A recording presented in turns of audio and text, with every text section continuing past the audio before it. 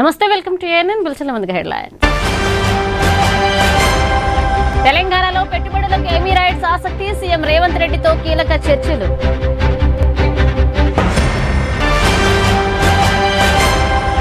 షాబాద్ ఘటనలో పోలీసుల కీలక ప్రకటన, నిందితుడు రాజ్ కుమార్ ను పట్టిస్తే 2 లక్షల రివార్డ్.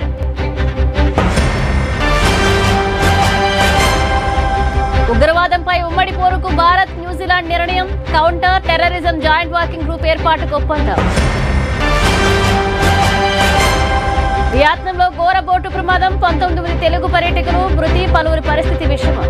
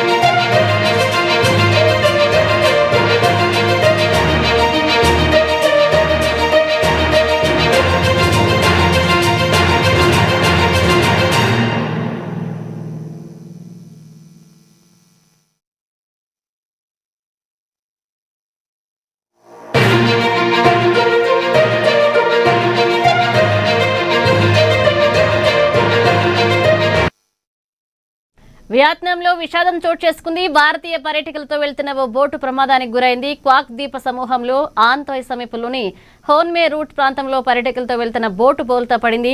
ఈ ప్రమాదంలో ఇప్పటి వరకు 19 భారతీయ పర్యాటకులు మృతి చెందినట్లుగా సమాచారం. ఇక ప్రమాదం జరిగిన సమయంలో బోటులో మొత్తం 32 మంది భారతీయులు ప్రయాణిస్తున్నట్లుగా అధికారులు వెల్లడించారు. ఇక ప్రమాద అనంతరం వియత్నాం కోస్ట్ గార్డ్ అలాగే స్థానిక రెస్క్యూ బృందాలు వేగంగా సహాయక చర్యలు చేపట్టి 21 మందిని సురక్షితంగా రక్షించాయి. అయితే మృతుల సంఖ్య మరింత పెరిగే అవకాశం ఉంది. ఈ ప్రమాదంలో కృష్ణా జిల్లా మచిలీపట్నానికి చెందిన ప్రముఖ వ్యాపారవేత్త కిషోర్ కుటుంబం కూడా చిక్కుకుంది. ఘటనలో ఆయన భార్య మృతి చెందినట్లుగా సమాచారం. ఇక కిషోర్ అపస్మారక స్థితిలో ఉండడంతో వెంటనే స్థానిక ఆసుపత్రికి తరలించి చికిత్స అందిస్తున్నారు. ఘటనపై భారత ప్రభుత్వం అప్రమత్తమైంది. వియత్నాంలోని భారత రాయబార కార్యాలయం స్థానిక అధికారులతో సమన్వయం చేసుకుని సహాయక చర్యలను పర్యవేక్షిస్తుంది. బాధిత కుటుంబాలకు అవసరమైన సహాయం అందించేందుకు అత్యవసర హెల్ప్ లైన్ నంబర్లను కూడా అందుబాటులోకి తీసుకొచ్చింది.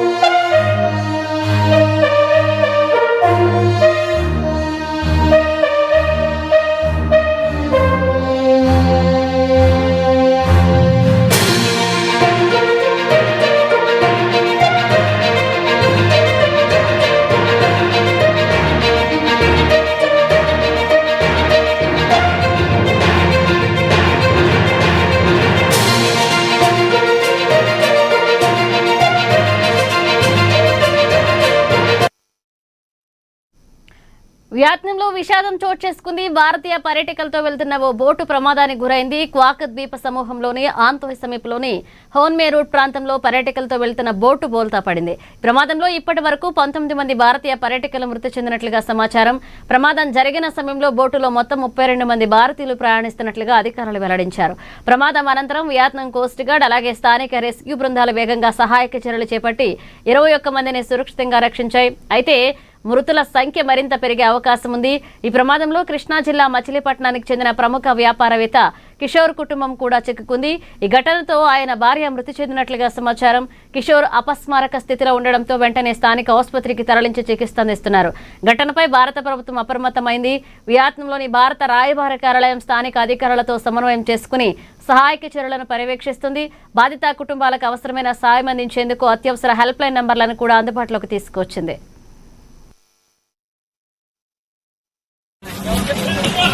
Trong chết lắm, đậu mẹ chết lừ luôn, trong chết lắm. Má còn kẹt cái cổng nhiều lắm.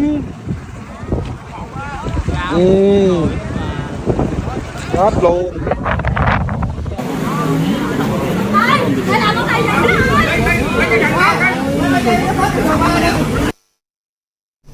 ఇక న్యూజిలాండ్ లో భారత ప్రధాని నరేంద్ర మోదీ రెండవ రోజు పర్యటన కొనసాగింది. ఇక ఈ సందర్భంగా ఉగ్రవాదంపై ఉమ్మడి పోరుకు భారత్ న్యూజిలాండ్ నిర్ణయం తీసుకున్నాయి. Counter terrorism joint working group ఏర్పాటుకు ఒప్పందం కుదిరింది. ఈ సందర్భంగా ఆక్లాండ్ లో ఆయన ప్రవాస భారతీయులను ఉద్దేశించి ప్రసంగించారు. ఇరు దేశాల మధ్య సంబంధాలు, స్నేహం, విశ్వాసం, విలువలు, బలమైన భవిష్యత్ కోసం పరస్పర నిబద్ధతపై నిర్మితమయ్యాయని ఈ సందర్భంగా చెప్పుకొచ్చారు మోదీ. ఇక భారత్ న్యూజిలాండ్ బోట్ ఇప్పుడు నూతన ప్రయాణాన్ని ఆరంభించేందుకు సిద్ధంగా ఉందని, ఇరు దేశాల మధ్య భాగస్వామి మరింత బలోపేతం కానుందంటూ ప్రధాని మోదీ ఆశాభావాన్ని వ్యక్తం చేశారు.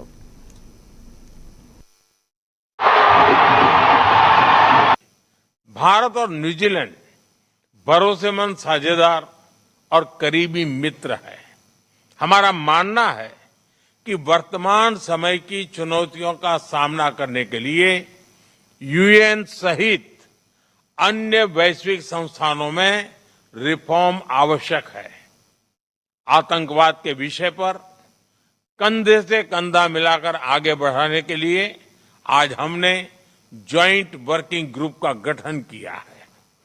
भारत और न्यूजीलैंड के बीच सहयोग इंडो पैसिफिक में शांति, स्थिरता और सुरक्षा के लिए अत्यंत महत्वपूर्ण है। भारत और न्यूजीलैंड भरोसेमंद साझेदार और करीबी मित्र है।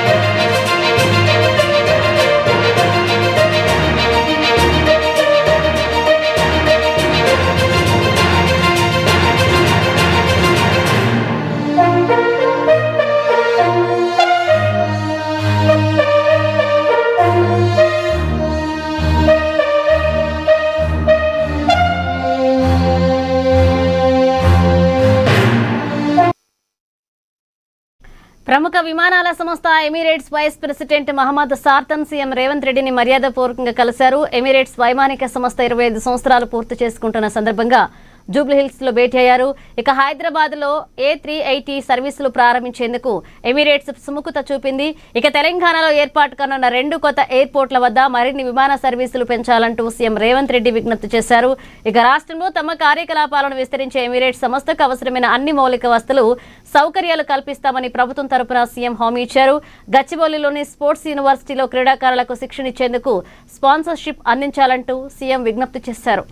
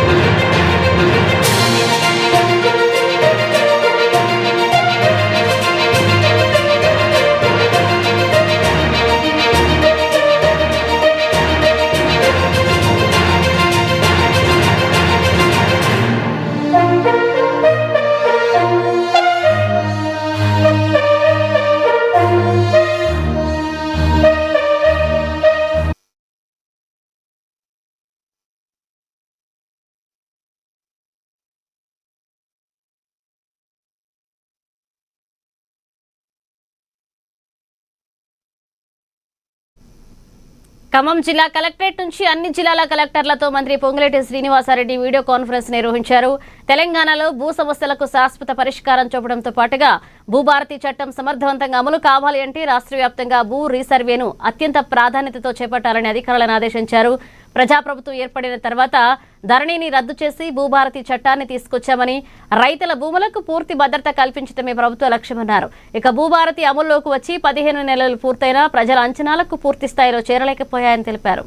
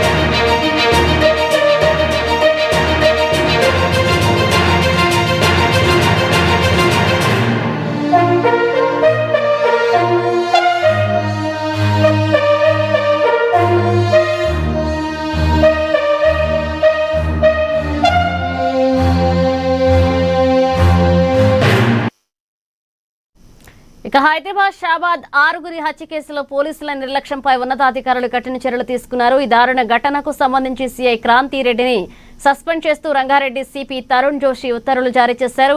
ఇక గతంలోనే మైనర్ బాలిక ఫిర్యాదుతో పోలీసులు కేసు నమోదు చేసినప్పటికీ నిందితుడు రాజ్ కుమార్ ను అరెస్ట్ చేయకపోవడంపై కుటుంబ సభ్యులు ఆగ్రహాన్ని వ్యక్తం చేశారు. పోలీసులే నిందితుడికి సహకరించారని బాధితులు ఆరోపిస్తున్నారు. ఇప్పటికే ఈ కేసులో షాబాద్ ఎస్ఐని సస్పెండ్ చేసిన అధికారులు తాజాగా సీఐపై కూడా వేటు వేశారు. మరోవైపు పరారీలో ఉన్న 6గురు హత్యల నిందితుడు రాజ్ కుమార్ పై 2 లక్షల రివార్డ్ ప్రకటిస్తూ పోలీసులు కీలక ప్రకటన చేశారు.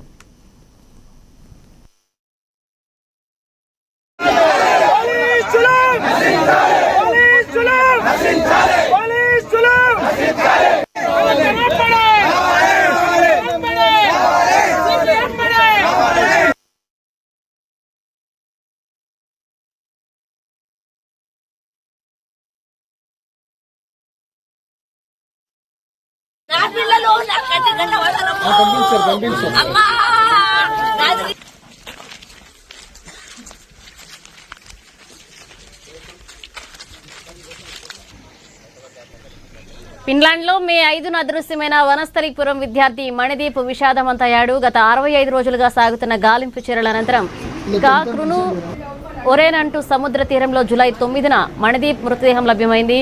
మృతదేహాన్ని పరిశీలించిన అక్కడి అధికారులు అదృశ్యమైన మణిదీపేనని స్పష్టం చేశారు. ఈ మృతికి గల కారణాలపై ఫిన్లాండ్ జాతీయ దర్యాప్తు బ్యూరో దర్యాప్తు వేగం చేసింది. అలాగే విచారణలో ఎలాంటి నేరం జరిగినట్లుగా ఆధారాలు లభించలేదని అధికారులు వెల్లడించారు. మరోవైపు 65 రోజులుగా సముద్రంలో మృతదేహం ఎలా చెక్కు చెదరకుండా ఉంది అంటూ మృతుడి బంధువులు పలు అనుమానాలు వ్యక్తం చేస్తున్నారు.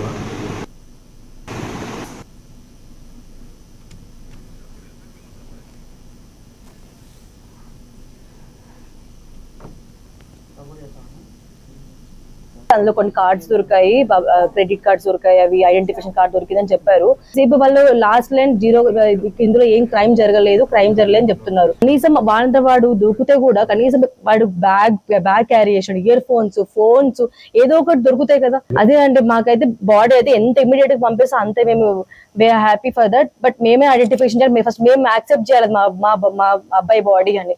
దీన్ని చూస్తే ఇదంతా కావాలని అక్కడ ఉన్న వాళ్ళు ఎవరో చేసి ఇట్లా మన ఇండియన్స్ మీద కానీ ఎవరినైనా ఫారినర్స్ ఎవరైనా అక్కడ వచ్చిన వాళ్ళని తీసుకొని చంపి అక్కడ సముద్రంలో పడేస్తున్నట్టే ఉంది. ఓన్లీ మనకి ఇప్పుడు మన ఇండియన్ టెక్ ఇక్కడ మనవాడు కాబట్టి మనకు తెలిసింది.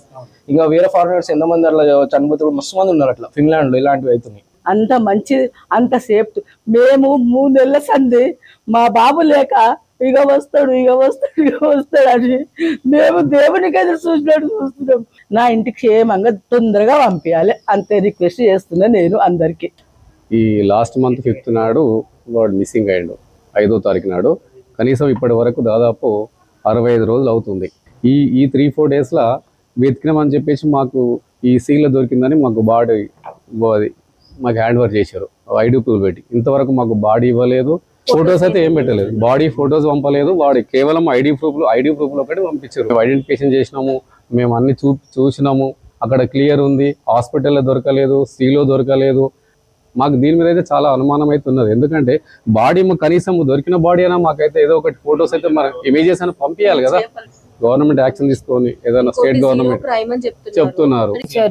ఫింగర్ ప్రింట్ మ్యాచ్ అయ్యింది, అందులో కొన్ని కార్డ్స్ దొరికాయి.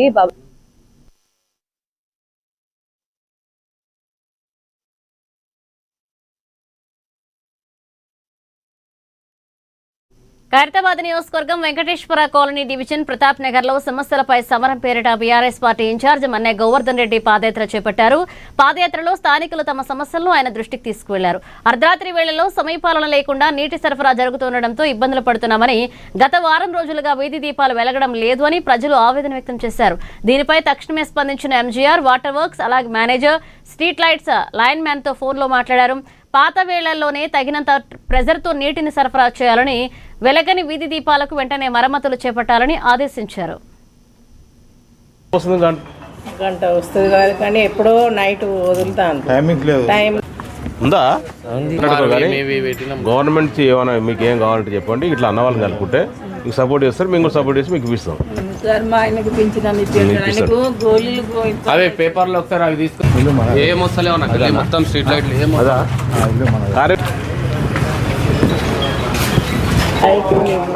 లైట్ ఒకటి చూస్తా, లైట్ చెప్పారు. అదే ఇదే ప్రాబ్లం. వాటర్ రావట్లేదా? రావట్లేదు. ఎందుకు?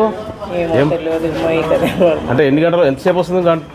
గంట వస్తుంది కాదు కానీ ఎప్పుడో నైట్ వదులుతాను. టైం ఉందా? గవర్నమెంట్ ఏమైనా మీకు ఏం కావాలంటే చెప్పండి, ఇట్లా అన్న వాళ్ళని కలుపుకుంటే మీకు సపోర్ట్ చేస్తారు, మేము కూడా సపోర్ట్ చేసి మీకు ఇస్తాం. సార్ మా ఆయనకు పింఛను గోళీలు అవే పేపర్లో ఒకసారి అవి తీసుకుని ఏం వస్తలేవు నాకు మొత్తం స్ట్రీట్ లైట్లు. ముషీరాబాద్ నియోజకవర్గంలో జరుగుతున్న ఎస్ఐఆర్ కార్యక్రమంలో ప్రతి ఒక్కరూ భాగస్వాములై తమ ఓటు హక్కును నమోదు చేసుకోవాలని బీఆర్ఎస్ రాష్ట్ర సీనియర్ నాయకులు ఎం నగేష్ ముతిరాజ్ పిలుపునిచ్చారు. ఇక కేటీఆర్ ఆదేశాల వరకు బీఆర్ఎస్ బీఎల్ఏలు ఇంటింటికి తిరుగుతూ ఓటర్లకు సహకరిస్తున్నారని తెలిపారు. అడిక్మిట్ రామ్నగర్ లో జీహెచ్ఎంసీ అధికారులతో కలిసి నగేష్ ముతిరాజ్ ఎన్యూరైజేషన్ దరఖాస్తులను స్వీకరించి మ్యాపింగ్ ప్రక్రియను పరిశీలించారు. ఏ ఒక్కరూ ఓటు హక్కు కోల్పోకుండా అధికారుల అవగాహన కల్పించాలని జీహెచ్ఎంసీ వ్యాప్తంగా ముషీరాబాద్ నియోజకవర్గ కార్యక్రమంలో ముందు వరుసలో ఉందన్నారు.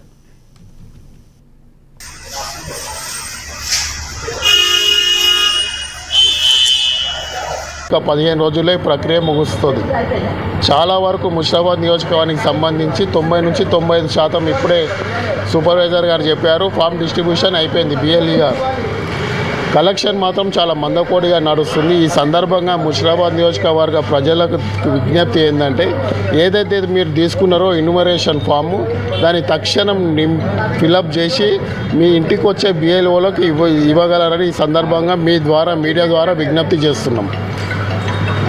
రాజకీయాలలో భాగంగా మా గౌరవ అధ్యక్షులు కేటీఆర్ గారు గ్రేటర్ హైదరాబాద్ సంబంధించి గత 2 రోజుల కిందనే సమీక్షా సమావేశం నిర్వహించడం జరిగింది. దానిలో భాగంగా ప్రతి ఒక్క ఇంటికి ఎవరైతే బిఎల్ బూత్ లెవెల్ ఏజెంట్లు ఉన్నారో పార్టీ తరఫున పొద్దు నుంచి రాత్రి వరకు చురుగ్గా ఇంటికి బీఆర్ఎస్కి సంబంధించి అడిగ్మెట్ డివిజన్ సంబంధించి కూడా ముఖ్య నాయకులు ఎవరైతే శ్రీను ఉన్నారో ఇక్కడ నేత శ్రీను ఆకారం శ్రీను మన ఉన్నారు ముఖ్య నాయకులు రవి యాదవ్ గారు పొద్దు నుంచి రాత్రి వరకు కష్టపడుతున్నారు. వారికి మీడియా తరఫున ధన్యవాదాలు. బాగానే ఉంది. కానీ ప్రజలను చైతన్యవంతం చేయాల్సిన బాధ్యత మనందరిపైన ఉంది. కాబట్టి కొంతమంది ఫామ్ ఫిల్అప్ చేయకుండా కూడా ఎలా ఫిల్అప్ చేయాలో కూడా వాళ్ళకి కొంచెం సందిగ్ధంలో ఉన్నారు. తక్షణం రేపటి నుంచి ఒక డెస్క్ లాగా ఒక ఫామ్ నింపే ఒక హెల్ప్ లైన్ నియమించి తద్వారా ప్రజలకు చేదోరు వాదోరుగా ఉండడమే కాకుండా ఇలా వచ్చిన బిఎల్ఓలను తీసుకొని కొన్ని అడ్రస్లు వాళ్ళకి దొరుకుతలేవు కాబట్టి వాళ్ళని సొంతగా వాళ్ళని తీసుకెళ్ళి వాళ్ళ దగ్గరుండి వాళ్ళకి అప్లికేషన్లు ఇప్పించడం జరుగుతుంది. ముఖ్యంగా బీఆర్ఎస్ పార్టీ తెలంగాణ రాష్ట్రంలో ఈ సర్లో ముఖ్యంగా ప్రజలలో అవగాహన కల్పించిన వ్యక్తి మా గౌరవనీయులు కేటీఆర్ గారు. దాదాపు 150 గ్రేట్ రైస్ 15 రోజులే ప్రక్రియ ముగుస్తుంది. తన పోరాటం మాదిగలకు రాజ్యాధికారం కోసమేనని మాజీ మంత్రి నరసింహులు స్పష్టం చేశారు. యాదాద్రి భువనగిరి జిల్లా ఆలేరులోని వైఎస్ఆర్ గార్డెన్లో అభిమానులు ఆయన జన్మదిన వేడుకలను ఘనంగా నిర్వహించారు. ఈ సందర్భంగా కేక్ కట్ చేసిన అనంతరం కీలక వ్యాఖ్యలు చేశారు. తక్కువ జనాభా ఉన్న రెడ్డి సామాజిక వర్గానికి 43 అసెంబ్లీ స్థానాలున్నాయని, 70 లక్షల జనాభా ఉన్న మాదిగలకు తీవ్ర అన్యాయం జరిగిందని ఆరోపించారు. రాబోయే రోజుల్లో ఎస్సీ, ఎస్టీ, బీసీ, మైనారిటీ వర్గాలను ఏకం చేసే మాదిగల తాకిడి ఏంటో చూపిస్తామని హెచ్చరించారు.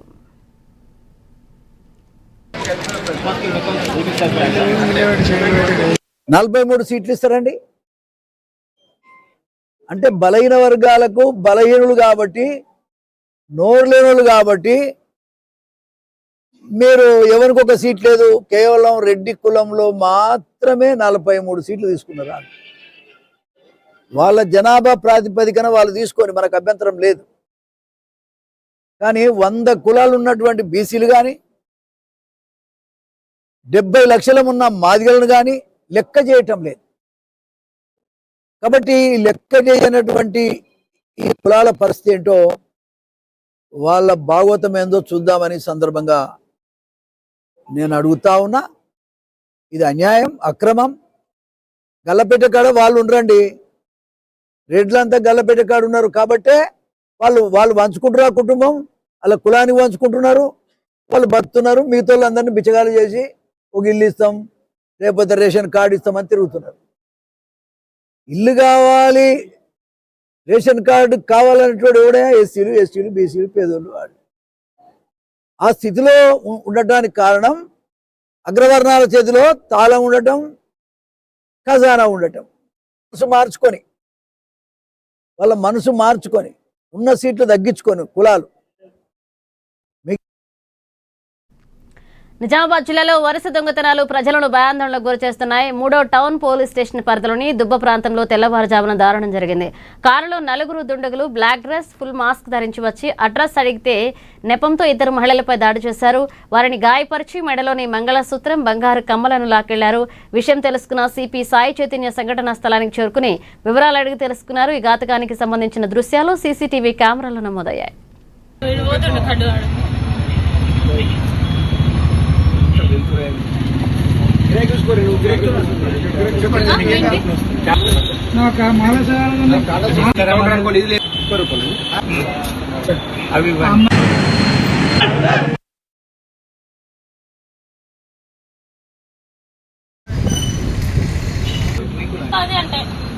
25 నిమిషాల లోపల తీసేసారు.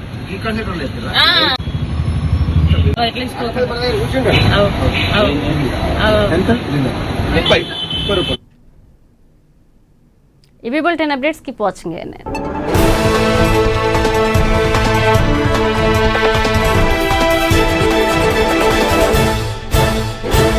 What is ANN?